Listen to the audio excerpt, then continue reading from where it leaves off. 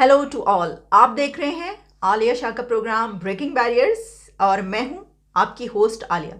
आप सबको अपने प्रोग्राम में वेलकम करती हूं।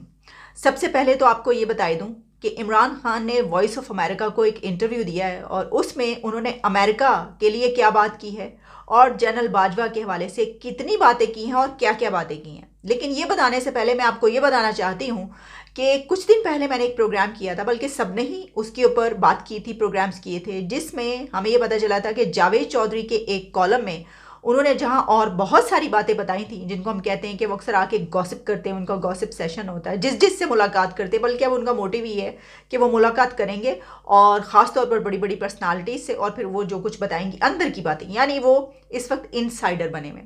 जनरल बाजवा से उनकी जो 6 घंटे की मुलाकात हुई थी उसके कुछ हिस्सा उन्होंने, अब पहले तो बहुत सारी बातें, पहले की कॉलम में एक और कॉलम लिखा, उसमें उन्होंने जो बातें की थी तो उन्होंने ये बताया था उसमें, जो कि हमने आप तक भी पहुंचाया था, कि जनरल बाजवा ने उनसे बात करते हुए ये भी कहा कि इमरान खान, हमारी रीडिंग थी, यानी कि इदारे की रीडिंग थी या हमारी रीडिंग थी, कि इमरान खान मुल्क के लिए बहुत बड़ा ख़तरा है, ये लोग मुल्क के लिए बहुत बड़ा ख़तरा है। तो उससे ये इम्प्रेशन मिला कि इस वजह से जो है वो रिजीम चेंज हुआ, या इस वजह से उन्होंने इमरान खान के कहने पर उनका साथ नहीं दिया। ये थी बात उसके अंदर। तो जनरल बाजवा ने इसको डिनाई कर दिया। उन्होंने कहा है ये गलत है, यानी जावेद चौधरी साहब ने झूठ लिखा है, झूठ बोला गया उसके अंदर कि ये बात उन्होंने की है। तो ये तो दरमियान में यहीं पर मैच पड़ गया जो इमरान खान और जनरल बाजवा के बीच मैच पड़ा हुआ है वो तो अलग, लेकिन एक और मैच जो है वो जावेद चौधरी और जनरल बाजवा के बीच पड़ गया। इसकी वजह ये कि बाजवा साहब ने फरमाया कि ये तो मैंने नहीं किया। अच्छा, अब उन्होंने बाकायदा, आप जानते हैं कि मंसूर अली खान जो एंकर पर्सन है, उनको उन्होंने कहा कि उनको फ़ोन आया और उनको बाकायदा ये बात बताई गई। अच्छा देखिए, ये बड़ी वैसे अजीब सी बात है कि जो बातें हैं वो इस तरीके से सामने आती हैं कि किसी एक को जो है वो, या दो को, या जो भी है, इनसाइडर बनाकर जो है उन तक पहुंचाई जाती है। तो हमारा सवाल ये है कि जब या तो जनरल साहब ने ये बात नहीं की, या फिर उन्होंने बात की और जावेद चौधरी ने वो आगे बताया, तो अब उन्होंने वो बैकआउट हो गए। ये इसलिए नहीं हो सकता बैकआउट करने का कि वो बात, जब अगर उन्होंने वो बात की है और जावेद चौधरी ने उसको लिखा, तो जावेद चौधरी इस वक्त आके कहेंगे कि नहीं मैंने लिखा है, वो गलत कह रहे हैं, वो सही नहीं कह रहे, उन्होंने ये बात कही थी लेकिन उन्होंने ये बात नहीं की। इसका मतलब है कि जावेद चौधरी साहब खूब मिर्च मसाले लगाकर जो है अपने कॉलम्स लिख रहे हैं इस वक्त। अच्छा, एक तो जहां ये बात हुई कि उस तरफ से डिनायल आया, वहीं पर इमरान खान साहब ने एक इंटरव्यू दिया है वॉइस ऑफ अमेरिका को, और उसमें उन्होंने, यानी इसको क्या हम सबसे बड़ा यूटर्न कहें, लेकिन हमें क्या पता, अभी इससे भी ज़्यादा बड़े यूटर्न आगे आने हों, इसलिए हम सबसे बड़ा तो नहीं, हाँ अभी तक का, इस वक्त तक का, तारीख का, उनकी उनकी बातों का, तारीख का सबसे बड़ा शायद यूटर्न ये हो कि वो ये कह रहे हैं कि नहीं, अमेरिका ने नहीं बल्कि जनरल बाजवा ने रजीम चेंज किया है, जनरल बाजवा ने उनकी हुकूमत गिराई है। अच्छा, अब होस्ट ने उनसे कुछ जो सवालात करे थे उसमें उनका कहना था कि मैं ये बात करता रहूं अमेरिका से। देखिए, वो तो बात अब पुरानी हो गई, वो तो माजी बन गया, पास्ट बन गया, और मैं जानता हूं कि अमेरिका से हमारे ताल्लुकात मुल्क के लिए जो है वो होना, अच्छे होना बहुत ज़रूरी है, और इस तरह की बात जो है वो मुल्क को नुकसान पहुंचा सकती है वगैरह वगैरह। तो ये जो है ना, ये सब कुछ जनरल बाजवा ने किया है, मेरी हुकूमत जो है वो जनरल बाजवा ने ख़त्म की है, वो साजिश थी, उन्होंने साजिश करवाई है। अब इन बातों से पता क्या पता चल रहा है, इससे पता चलता है कि इमरान खान ये कह रहे हैं कि भाई अब मजबूरी है ना, देखो उस वक्त मुझे चाहिए था वो वाला नैरेटिव कि मैंने अमेरिका की साजिश घड़ी और मैंने कहा कि ये मेरा तुरप का पत्ता है, ये चल जाएगा, तो मैं तो दोबारा से हुकूमत में आ जाऊंगा और ऐसी की तैसी इनके करके रख दूंगा, अमेरिका को मेरे आगे घुटने टेकने पड़ेंगे, मुझे बाकायदा बुलाना पड़ेगा, आ जाएं, खुदा के वास्ते माफ़ कर दें हमें। कैंपेन ऐसे ही चली है, लेकिन अमेरिका चुप रहा है। अब इतने अरसे के बाद अमेरिका की तरफ से, मैंने आपको अपने पिछले एक दो प्रोग्राम पहले जो बताया था कि अमेरिका की तरफ से कहा गया है एक सेनेटर की तरफ से कि ये जो इल्ज़ाम हम इनको मुस्तरद करते हैं, ऐसी कोई बात नहीं है, स्पोक्स पर्सन की तरफ से कहा गया। अब आके उन्होंने बात की, वरना उससे पहले कोई बात ही नहीं हुई। तो इतनी जब ये वाली कैंपेन चलती रही, ताल्लुकात ख़राब हो गए, खैर पूरी दुनिया से ही ताल्लुकात ख़राब हो गए, एक अमेरिका क्या, तो अब आके वो कह रहे हैं अब क्योंकि उनको इस चीज़ की ज़रूरत नहीं है तो वो ये कह रहे हैं कि नहीं, अब कोई फ़ायदा नहीं हुआ, छोड़ो, तो मुल्क के ताल्लुकात ख़राब होंगे, मजबूरी है, चलें छोड़ें। मैं ये कह रहा हूँ कि जनरल बाजवा ने जो है वो ये सारा कुछ किया सर, उन्होंने आधे से ज़्यादा क्या, मैं कहती हूँ 75% जो बात की है वो यही की है, जिसमें उन्होंने जनरल कमर जावेद बाजवा की जो है वो गर्दान की है। ये इंटरव्यू उनका चल रहा है, इसके ऊपर खूब बातचीत की जा रही है। अच्छा जी, जहाँ ये सब कुछ हो रहा है वहीं पर एक और ख़बर भी है, और वो ये है कि अब गवर्नमेंट ने ये फैसला किया है कि इमरान खान के फाइनेंस मिनिस्टर जो थे शौकत तरीन, उनको गिरफ्तार किया जाएगा। क्यों गिरफ्तार किया जाएगा? गिरफ्तारियां तो वैसे हो ही रही हैं, लेकिन उनको गिरफ्तार करने का एक जो वजह है वो ये है कि उन्होंने मुल्क को नुकसान पहुंचाने की कोशिश की। वो किस वजह से? वो इस वजह से कि एक ऑडियो लीक हुई थी। याद है आपको? उस वक्त वो फाइनेंस मिनिस्टर थे और इमरान खान की गवर्नमेंट थी, और ऑडियो लीक में जिसमें वो पंजाब के जो इरिगेशन के मिनिस्टर हैं और कुछ और लोग भी उनको फ़ोन करके वही कह रहे थे सरदार मोहसिन लगारी से कि आपने जो आईएमएफ का प्लान है इसमें जो है हमने नहीं करना, हमने उनकी बात नहीं मानी, हमने आईएमएफ के प्लान में नहीं जाना, हमारे साथ ये वगैरह वगैरह इस तरह की कोई बात थी आईएमएफ के प्लान के हवाले से। तो आगे से उनसे सवाल किया गया था कि देखिए ये हम इतनी बड़ी एक बात है तो इससे मुल्क को तो कोई नुकसान नहीं होगा ना। उन्होंने कहा भाई देखिए हमारे लीडर के साथ ऐसे करें तो हम तो करेंगे, ऐसी बातचीत हुई थी उसके ऊपर। अब उनको कहा गया है कि ये ऑडियो जो ये बताती है कि आप आईएमएफ का जो प्लान जिसकी वजह से मुल्क ने चलना है, तो आप देखें ना कहाँ पर पहुंच गए हम। तो उसके ऊपर आप लोगों ने अपनी ज़ाती एजेंडे पर, पर्सनल एजेंडा या ज़ाती सियासत की बिना पर जो है हमने कहा खैर है कोई बात नहीं, हमारे लीडर के साथ ऐसा करेंगे तो हम तो भाई 3 टुकड़े की बात होगी तो बाकी तो छोड़ ही दें। हाँ, तो फिर ये जो है वो कह रहे हैं अब उनकी गिरफ्तारी होगी, ये बात कही जा रही है।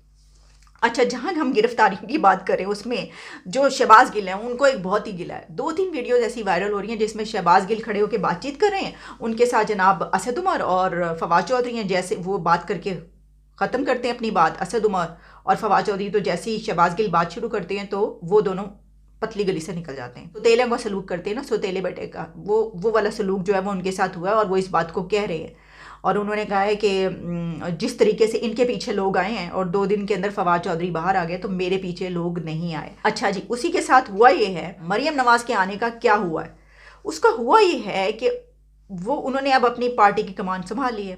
अब वो डेली बेसिस पे जिस तरह इमरान खान आके बातचीत करते हैं वो भी करती हैं। अब उन्होंने ये कहा है कि जब हमारे ऊपर मुकदमे चल रहे थे, केसेस चल रहे थे, तो हम 6 दिन अदालतों में पेश होते थे। अच्छा, ये मुझे याद है सुबह सुबह 8 बजे इनके केसेस चल रहे होते थे जिस वक्त ये कामा का सारा पैरामा का चल रहा था।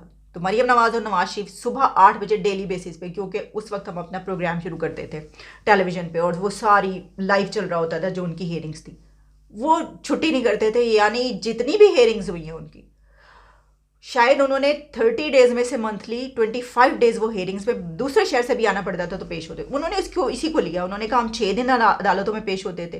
200 से ज़्यादा हेयरिंग्स में सुबह सवेरे घर से अदालत जाते थे, 3 बजे फिर बुला लेते थे अदालत में। अब ये इमरान खान एक भी अदालत में पेश नहीं होते, बहाने किए जाते हैं, ये अदलिया के लिए अच्छा इंप्रेशन नहीं है। अच्छा, ये बात जो है वो इसलिए भी की गई, साथ ही उन्होंने कहा हमारे खिलाफ तो बाबा जहमत यानी बाबा रहमत है, वो कहती हैं साकिब निसार को, फैज़ और नैब ने जो है ये सारा कुछ हमारे साथ किया है। फिर उन्होंने कहा कि शाह महमूद कुरैशी भी बात मान रहे हैं ये वाली कि नवाज शरीफ से ज्यादती की गई, नवाज शरीफ को अकामा जैसे भूंडे मजाक में नाअहल किया गया। बात यह है कि इमरान खान वाकई करते हैं उनको, वो तो आपको पता है कि कहाँ इतने पंक्चुअल हो सकते हैं, वो तो कोई अदालतों के सिलसिले में।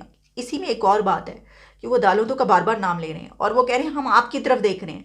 कभी वो नए आर्मी चीफ को पुकारते हैं और कभी वो अदालतों को पुकारते हैं। और जब ना, अगर हो सकता है इनमें से कोई सुन ले उनकी बात, मान ली जाए, लेकिन अगर ये दोनों बात नहीं मानते, इमरान खान की बात आवाज़ उन तक नहीं पहुंचती, तो इमरान खान पता क्या कहेंगे? ये मुझे तो मरवाने वाली अदालतें हैं, ये यहाँ की अदलिया है। फिर वो कहेंगे ये मेरे साथ ये सलूक करने वाले नए वाले आर्मी चीफ हैं। अब ये नए वाले आर्मी चीफ हैं जिन्होंने मेरे साथ ये किया।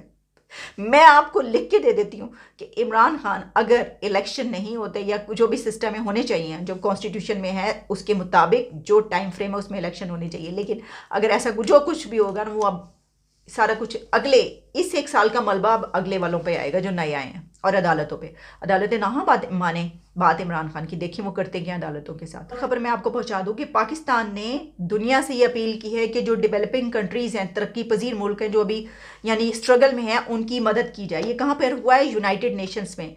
पाकिस्तान ने वार्निंग दी है, वार्न किया है कि some developing countries are facing an imminent threat of economic collapse under the burden of mounting date.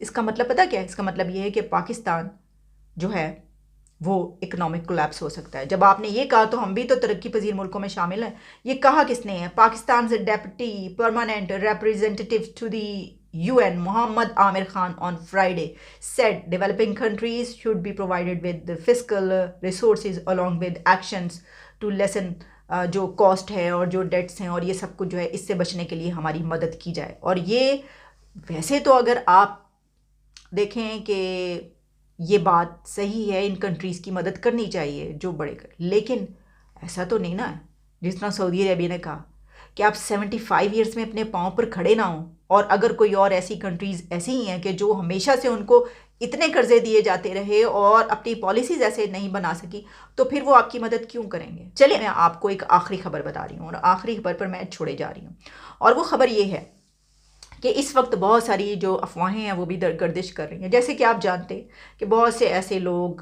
जो कि इस तरह की बातें करते हुए नज़र आते हैं। बात ये की जा रही है कि जनाब ये जो है ना, अमेरिका में कोई साजबाज साजिश हुई है जिसमें या तो कश्मीर के उसके ऊपर सरेंडर कर दिया गया है और कश्मीर जो है वो सौदा कर लिया गया, उसको बेच दिया गया इंडिया के हाथों, उसको दे दिया गया, और या फिर ये है कि अपने जो है एटॉमिक एसिड्स ये देने की जो है वो कोई बातचीत हो गई है। लेकिन इसी के साथ ये भी बात चल रही है कि प्रोपेगेंडे के साथ साथ कि जनाब जो इलेक्शन है वो नहीं होंगे। ये भी अमेरिका में फैसला हो गया है कि इलेक्शन नहीं होंगे, मार्शल लॉ भी नहीं लगेगा। ये भी फैसला हो गया है कि मार्शल लॉ के हालात नहीं है, पैसे ही नहीं है तो मार्शल लॉ तो आपको पता ही है। फिर मार्शल लॉ लगाने वाले तो पैसे के बगैर तो मार्शल लॉ नहीं लगता होता ना। तो उन्होंने कहा कि मार्शल लॉ भी नहीं लगेगा, ये कौमी हुकूमत बनेगी। अब पता नहीं भाई, जो लोग कह रहे हैं हमें तो नहीं पता कि क्या होगा, हम सिर्फ आप तक पहुंचा रहे। सारी जो है ना खिचड़ी पक रही है और चल रही है, और इमरान खान जो है ना वो इसी तरीके से इन चीज़ों को लेकर आगे बढ़ रहे हैं, और बाकी जो सियासत है वो मैंने आप तक पहुंचा दी। तो चलिए इजाज़त दें, दोबारा जो है आपके सामने हाजिर होंगे एक और प्रोग्राम के साथ। Alia Shah signing off.